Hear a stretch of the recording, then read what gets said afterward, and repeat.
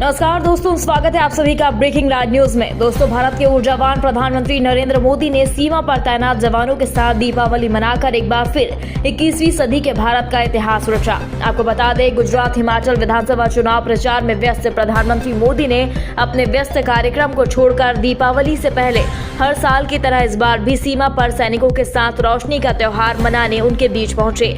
आपको बता दें, दीपावली मनाने की अपनी वार्षिक परंपरा को जारी रखते हुए प्रधानमंत्री नरेंद्र मोदी सोमवार को कारगिल पहुंचे थे। एक दिन पहले ही उन्होंने अयोध्या में राम जन्मभूमि परिसर में रामलला की पूजा की थी, जहां उन्होंने राम मंदिर के निर्माण कार्य की प्रगति की समीक्षा की। सैनिकों के साथ दीपावली मनाने की अपनी वार्षिक परंपरा को भी जारी रखा। प्रधानमंत्री नरेंद्र मोदी सोमवार को कारगिल पहुंचे। सैन्य सूत्रों के अनुसार पीएम मोदी यहां जवानों के साथ समय बिताएंगे और पर्व की खुशियां साझा करेंगे। पिछले साल पीएम मोदी ने जम्मू कश्मीर के नौशेरा में जवानों के साथ दीपावली मनाई थी। उन्होंने भारतीय सीमाओं की सुरक्षा में तैनात जवानों की सराहना करते हुए कहा था कि यह जवान सुरक्षा कवच है, जिनकी वजह से हम व्यस्त भारतवासी बिना डर के चैन की नींद सो पाते हैं। पीएम मोदी ने कारगिल में जवानों के बीच पहुंचकर उनका हौसला बढ़ाया। इस दौरान उन्होंने कहा कि मैंने कारगिल के युद्ध को बेहद करीब से देखा है। कारगिल में पाकिस्तान के साथ ऐसा कोई मुकाबला नहीं रहा जो हमने ना जीता हो। हमने आतंक के हर फन को कुचला है। प्रधानमंत्री बनने के बाद नरेंद्र मोदी लगातार दीपावली का त्योहार देश की सुरक्षा में तैनात जवानों के साथ ही मनाते आए हैं। वहीं पीएम नरेंद्र मोदी ने सोमवार को लोगों को दीपावली की बधाई दी और खुशी और समृद्धि लाने की कामना की। पीएम ने कहा कि दीपावली की आप सभी को ढेरों शुभकामनाएं। प्रकाश का ये पर्व हर किसी के जीवन में खुशियां और उत्तम स्वास्थ्य लेकर आए। मैं आशा करता हूं कि आप अपने परिवार और दोस्तों के साथ शानदार दीपावली मनाएं।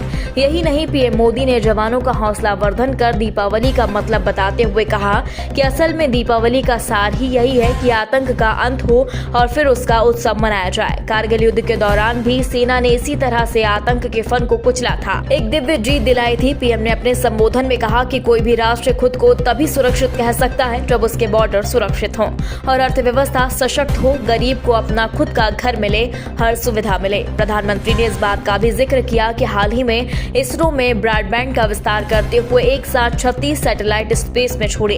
पिछले 8 सालों में देश की अर्थव्यवस्था भी 10वें पायदान से 5वें स्थान पर आ गई है। ये सफलताएं सभी को गर्व करने का मौका देती हैं। सेना के जवान भी खुश होते हैं। पीएम ने अपने संबोधन में इस बात पर भी जोर दिया कि पिछले कुछ सालों में सेना में सुधार के लिए कई रिफॉर्मेशन किए गए, फिर चाहे वह बेहतर तालमेल के लिए सीडीएस बनाना रहा हो या फिर बॉर्डर पर अत्याधुनिक टेक्नोलॉजी का इस्तेमाल करना हो। पीएम मोदी ने विरोधियों को चुनौती देते हुए यहाँ तक कहा कि अगर कोई हमारी तरफ नजर उठाकर देखेगा तो हमारी तीनों सेनाएं उसी की भाषा में मुंहतोड़ जवाब देंगी, उसे परास्त कर दिया जाएगा। पीएम ने इसी कड़ी में आत्मनिर्भरता का भी मंत्र दिया। उन्होंने कहा कि अगर देश का जवान स्वदेशी हथियार का इस्तेमाल करेगा तो दुश्मन का परास्त होना तय ही होगा। जवान का हौसला भी 10 गुना बढ़ जाएगा। पीएम ने अपने संबोधन के अंत में एक जोरदार कविता सुनाई और उस कविता के जरिए उन्होंने जवानों का हौसला बढ़ाने का काम किया। उन्होंने इस कविता में ब्रह्मोस की ताकत का एहसास भी करवाया और तेजस की उड़ान का जिक्र किया। उन्होंने दुश्मनों को संदेश दिया और सेना की ताकत पर जोर रहा।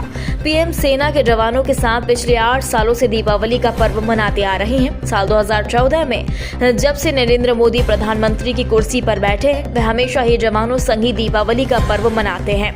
इस बार पीएम ने सेना के जवानों के साथ दीपावली मनाने की अपनी परंपरा को बरकरार रखते हुए जम्मू कश्मीर के कारगिल द्रास पहुंचे। दोस्तों, कहा जा रहा है कि गुजरात हिमाचल चुनाव में जीत का माहौल बनाने के लिए पीएम मोदी दीपावली के उत्सव पर लगातार अलग अलग जगह जा रहे हैं। वह सबसे पहले 21 अक्टूबर को बाबा केदारनाथ और बद्रीनाथ के दर्शन करने पहुंचे। इसके बाद 23 अक्टूबर को अयोध्या के दीपोत्सव में शामिल हुए। साथ ही अयोध्या पहुंचकर उन्होंने रामलला विराजमान के दर्शन किए। दोस्तों, प्रधानमंत्री नरेंद्र मोदी सीमा पर सैनिकों के साथ और देश के धार्मिक स्थलों पर इस बार एक साथ दिख रहे हैं। इस पर आपका क्या कहना है, हमें कमेंट बॉक्स में जरूर बताएं।